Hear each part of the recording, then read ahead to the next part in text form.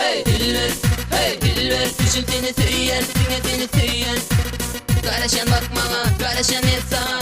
Yazdım telefona SMS'i görsene. Yaradın yüreğimi, götürün şarkara. Göründü kirkiden canım, hem de gülyen sen yeni. Şansım yok mu ya, bir söyleyeyim ama. Düşün görüşeli, hiç işin yok değil mi?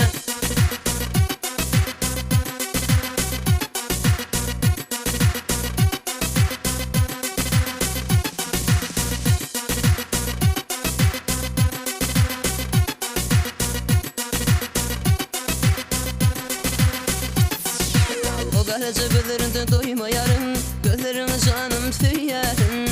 Sen yolunda karışıp geceler yatman men ölürüm. Şol garaja gözlerinde doymayarım, gözlerine canım söylerim. Sen yolunda karışıp geceler yatman men ölürüm. Bir zalim sen biliyorsun, şonu da seni izleyerim.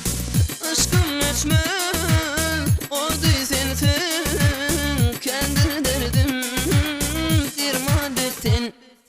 akşam gelsin seni görsün, gelsene görüşeli şekaladım sen. Akşam gelsin seni görsün, gelsene görüşeli şekaladım sen. Akşam gelsin seni görsün, gelsene görüşeli şekaladım sen. Akşam gelsin seni görsün, gelsene görüşeli şekaladım sen.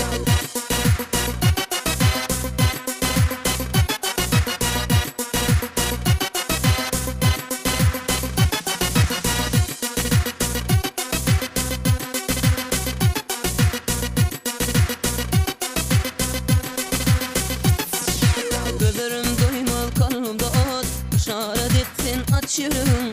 Ruhsat verip min varayım, adını dönsem sen gülürüm. Gözlerim doymaz kalbimde at, işaret etsin açıyorum.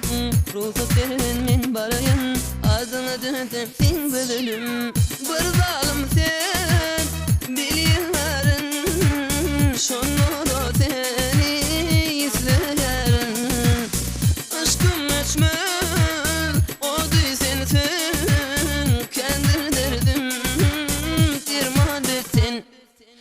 akşam gelsin seni görsün, gelsene görüşeli şekaladım sen.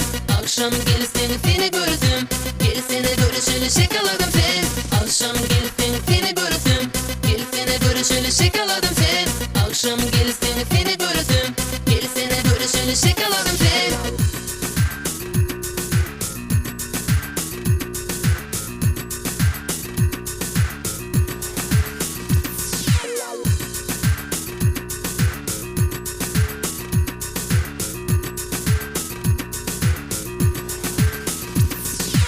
Akşam gelsin seni görsün, gelsene görüşeli şekaladım sen.